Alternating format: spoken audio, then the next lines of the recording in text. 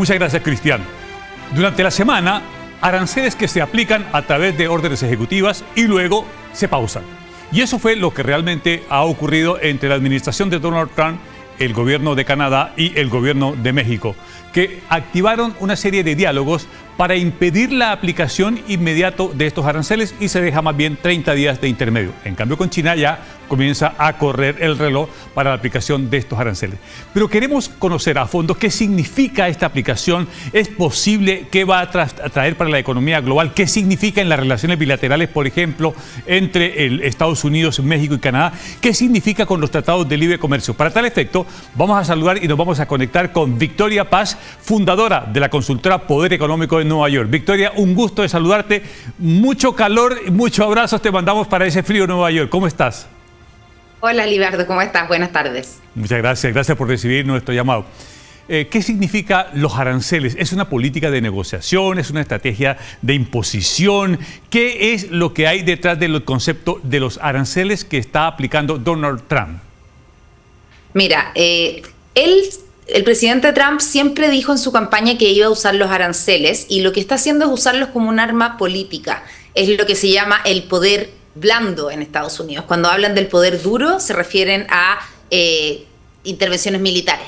Cuando hablan del poder blando pueden ser sanciones económicas, aranceles, y él está usando como el hombre de negocios pragmático finalmente que muchos han esperado y que está dándoles la razón. Él está usando los aranceles más que como una medida realmente económica, la está usando como una medida política para negociar lo que quiere que los países hagan. Y eso es lo que hemos ido viendo. El primer país, de hecho, finalmente fue un país latinoamericano que no se podía haber previsto, que fue Colombia, cuando se negó a recibir las personas deportadas en este avión que iba camino a Colombia, y que cuando se negó, el presidente Trump les dijo: te aplico 25% de aranceles, en una semana 50%, y se cancelan todas las visas, y inmediatamente Colombia tuvo que volver atrás y aceptar estas deportaciones, ¿verdad? Finalmente es una herramienta política, y esto mismo es lo que ha hecho con México, con Canadá, enfocado en lo que él quiere que estos países hagan a nivel de frontera, en términos de inmigración y de el tema de las drogas. Y por supuesto, como es una forma de empujarlos a gastar más, a poner más contingente, a preocuparse y a obtener las cifras que él quiere obtener. Y finalmente, en todos estos gallitos que se han visto, ha salido ganando Donald Trump, así que no sabemos todavía qué va a pasar cuando un país realmente no acepte, porque incluso China, que es el único que va quedando ahí con el 10% y que le dijo de vuelta que van a tener algunas medidas, son medidas más bien tibias las que han contraatacado, y están esperando que haya un diálogo para que finalmente estos aranceles queden en nada. Victoria, ¿podemos decir que estamos abiertamente en la segunda versión de una guerra comercial con China, por ejemplo? En realidad yo te diría que hay que esperar a ver, porque como Donald Trump es muy pragmático, entonces no tiene una cosa dogmática de las personas que en el fondo creen en el libre comercio, o las que creen en las fronteras más cerradas tienen una cosa más de dogma, ¿verdad? Que creen en la industrialización, etcétera. Pero él es más pragmático en eso. Si China hace lo que él quiere que haga en términos de drogas, en términos de algunos aspectos de industria, probablemente, si conviene más a los intereses de Estados Unidos, puede que finalmente no se desate esta guerra comercial tan negra como la estamos viendo, ¿verdad? Ahora bien, si es que él considera que no se están cumpliendo aquellos requisitos que está pidiendo, puede que esto escale. Lo que más se dice es que lo único que puedes esperar de Donald Trump es que sea impredecible.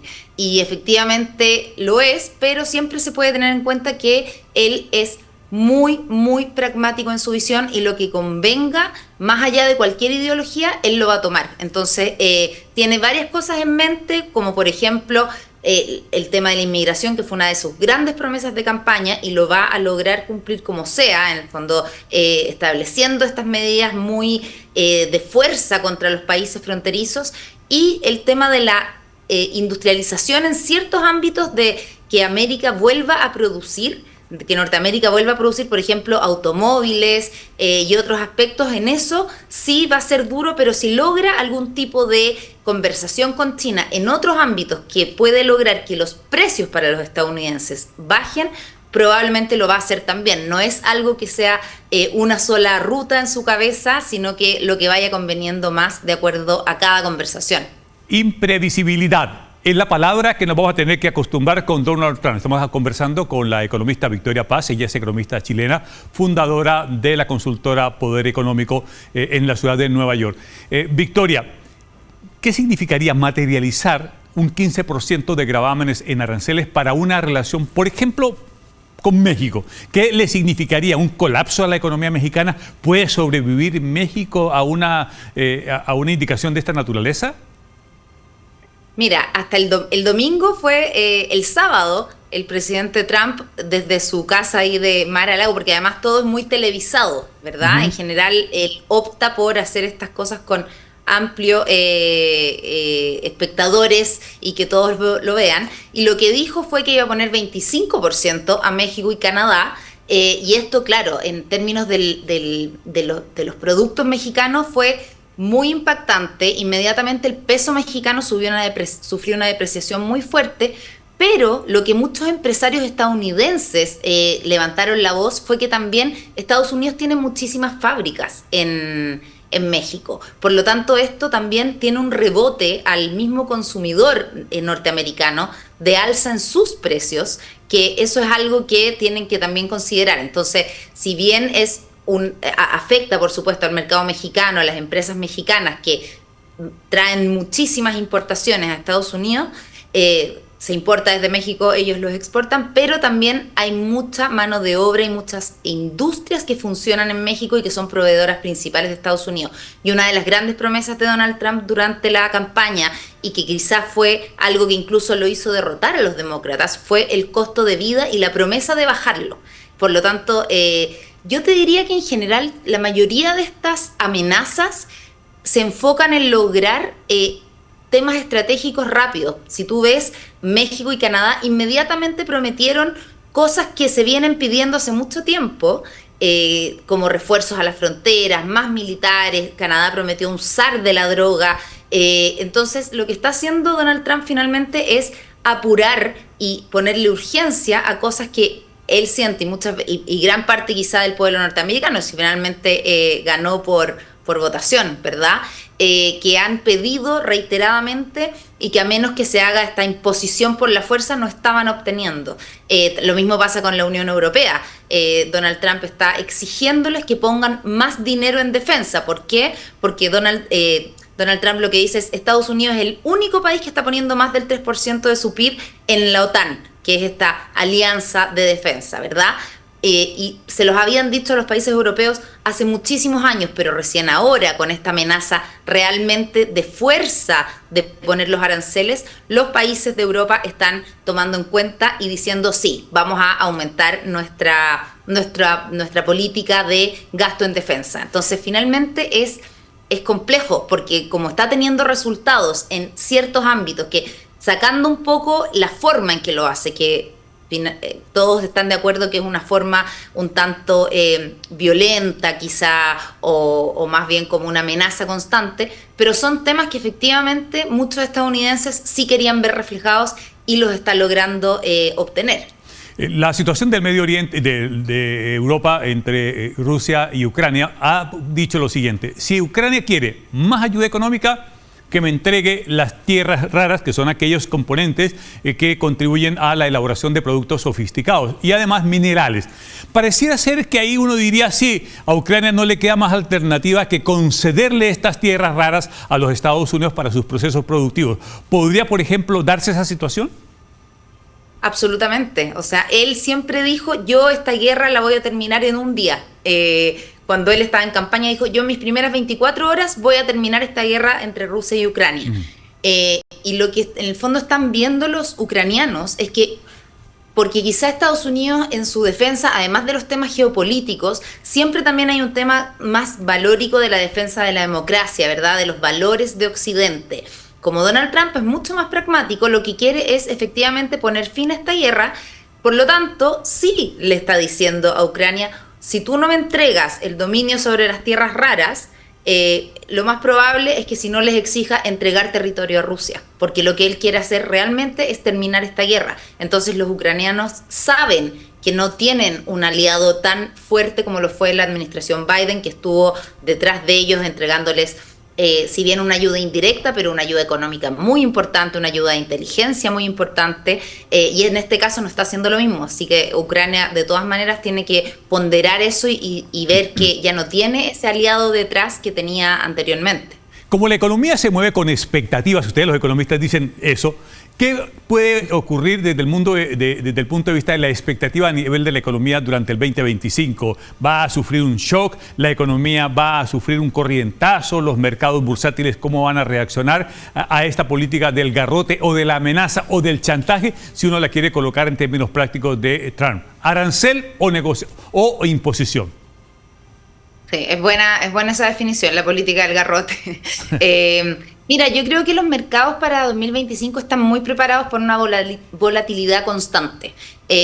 Cuando tú ves que el mercado está convulsionado, que pasa lo que pasa ahora, porque no hay cómo saber la reacción de los países, no había cómo prever el sábado si es que estos aranceles iban a llevarse a cabo o no. Entonces ahí, por supuesto que lo que pasa con los mercados es que se refugian inmediatamente en el dólar. Por lo tanto, sí, ya la mayoría de los analistas y la mayoría de los organismos internacionales están previendo un dólar mucho más fuerte el 2025, precisamente porque lo único que se puede decir de la volatilidad y de la impredictibilidad de las medidas de Trump es que generan esta incertidumbre económica. Y cuando hay incertidumbre, el dólar se refugia en ciertos activos que son mucho más seguros, ¿verdad? Y por lo tanto, ahora bien, el mercado en general, lo que ha estado viendo, el mercado estadounidense al menos, estaba confiado en que estas medidas de reactivación iban a estar aportando a las empresas y a la economía de Estados Unidos, y por eso el S&P ha tenido un buen rendimiento. Pero, por supuesto, con este factor, y tampoco Trump puede dejar que el dólar suba tanto, o sea, que se aprecie tanto, porque también le vuelve tiene como contracara la inflación en Estados Unidos. Entonces eso también es algo que él ha prometido bajar, así que tiene que tener todo esto en consideración. Por eso yo de verdad creo que muchísimas de estas amenazas son amenazas que él considera que las tiene que hacer para que los países finalmente tomen las medidas que él quiere que tomen y se llegue a las negociaciones que él quiere llegar. En la gran mayoría de los casos, las medidas arancelarias son más una amenaza que una verdadera acción de fuerza que se quiera implementar. Estamos conversando con Victoria Paz, ella es economista, fundadora de Poder Económico en la ciudad de Nueva York. El domingo conversábamos en la edición central de Tele 13 con Cristian Pino que contener la inflación era también un propósito de Donald Trump. ¿Está cumpliendo ese propósito en el corto plazo con estos anuncios y con estas medidas, Victoria? Efectivamente, o sea, es un tema fundamental. De hecho, como comentábamos, acá cuando se habla de por qué fue la derrota de los demócratas, qué pasó, que se desconectaron tanto de la opinión popular, lo primero que salta es el costo de vida. Que los estadounidenses hace más de un año vienen con la inflación, igual que pasó en muchos países, ¿verdad? Si al final, post-COVID, muchos países tuvieron esta inflación mucho más alta, las tasas para frenarla, entonces vieron impactada su costo de vida, pero eso no se lo perdonaron al Partido Demócrata y al presidente Biden, y fue una de las promesas importantes del presidente Trump. Él ha sido muy insistente con la Reserva Federal en que tiene que bajar las tasas, pero la Reserva Federal es autónoma y no las ha bajado. Por lo tanto, tiene que considerar en todo este Tetris que está armando finalmente, en este rompecabezas de distintos factores económicos y políticos y geopolíticos con los que está manejando sus promesas presidenciales, que por supuesto el tema arancelario puede traer inflación a Estados Unidos y eso sus electores no se lo van a perdonar. Por lo tanto, es algo que también por eso tiene que tener mucho cuidado, y probablemente está apostando a que los países no lleguen al momento de aplicar los aranceles, sino que pueda ganar estos gallitos, este garrote, antes de tener que llegar a activarlos, ¿verdad? A que las cosas se implementen como él las dice, cuando todavía está la amenaza en el aire.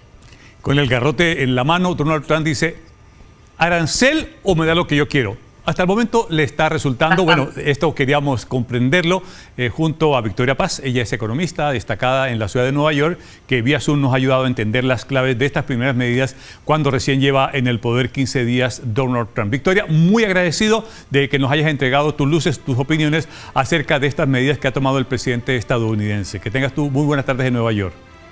Muy bien. Buenas tardes. El otro ángulo de la noticia, por supuesto, hay que ir al viejo continente. ¿Cómo están los líderes de allí receptivos? ¿Cómo están mirando? ¿Cómo están observando? ¿Qué les preocupa respecto a la reacción y a las acciones que está tomando Donald Trump? Vamos a tomar contacto con nuestra corresponsal permanente en Roma, Mariana Paz, para que nos ayude a entregar los pensamientos y las reflexiones de lo que ocurre en el viejo continente. Muy buenas tardes, Mariana.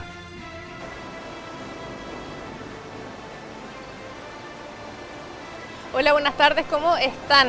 Así es la política arancelaria del presidente estadounidense Donald Trump y el anuncio de este fin de semana tienen a Europa en ascuas.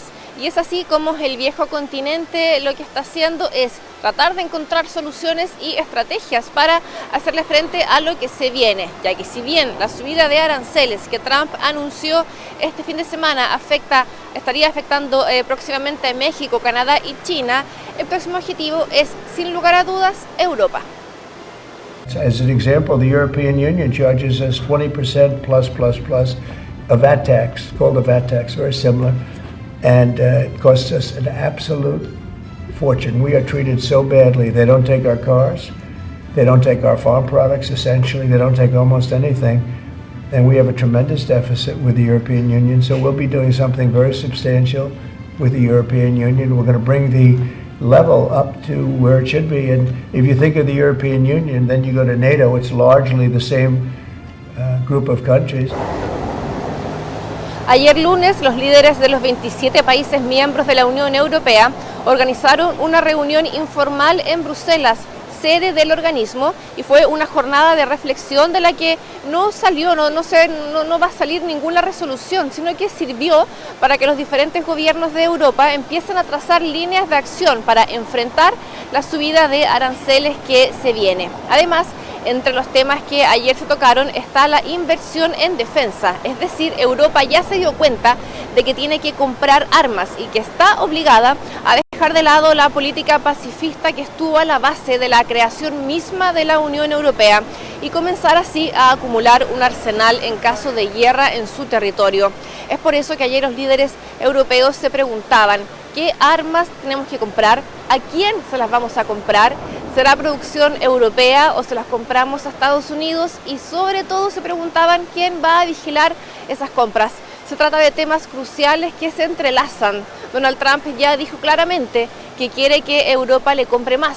Criticó a la Unión porque compran pocos autos y pocos productos agrícolas. Y por otro lado, para Europa, adquirir armas desde Estados Unidos podría suponer, aunque todo está aún por verse, podría suponer una menor subida de aranceles. Un dato no menor es que en la reunión de ayer en Bruselas también participó el primer ministro británico Keir Starmer, y es la primera vez desde el Brexit que en Reino Unido se suma a los encuentros de la Unión Europea, lo que sin duda refleja las intenciones de trabajar juntos más allá del mismo Brexit.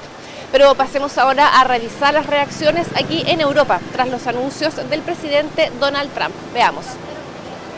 C'est simple, nous on pense que la priorité elle est à cet agenda stratégique et sécurité de nos frontières, et si nous étions attaqués sur les sujets commerciaux, l'Europe, comme une puissance qui se tient, devra se faire respecter et donc réagir. Was die Europäische Union betrifft, kann ich sagen, sie ist ein starker Wirtschaftsraum, sie hat ihre eigenen Handlungsmöglichkeiten. Everybody has to respect the sovereignty of all national states in the world, and that Greenland is today a part of the Kingdom of Denmark. It's a part of our territory, and it's not for sale. Durante la reunión informal de ayer, la Unión Europea advirtió sobre el impacto negativo que una guerra comercial con Estados Unidos tendría para ambas economías. Pero si Trump impone aranceles a la Unión, habrá una respuesta firme, anuncian desde Bruselas. Pero el gran tema sin duda fue la seguridad y la defensa de Europa. el viejo continente se pregunta de dónde va a sacar los recursos económicos para adquirir armas y a quién recurrir. Una parte de los líderes europeos prefiere dirigirse a otros mercados, mientras el presidente francés Emmanuel Macron habla de aprovechar la oportunidad para impulsar la industria europea. Todo indica que se vienen tiempos difíciles e inciertos aquí en Europa y nosotros, como cada semana, les iremos contando todo lo que aquí está pasando. Yo por ahora me despido, les agradezco por su atención y nos vemos la próxima semana. Muchas gracias.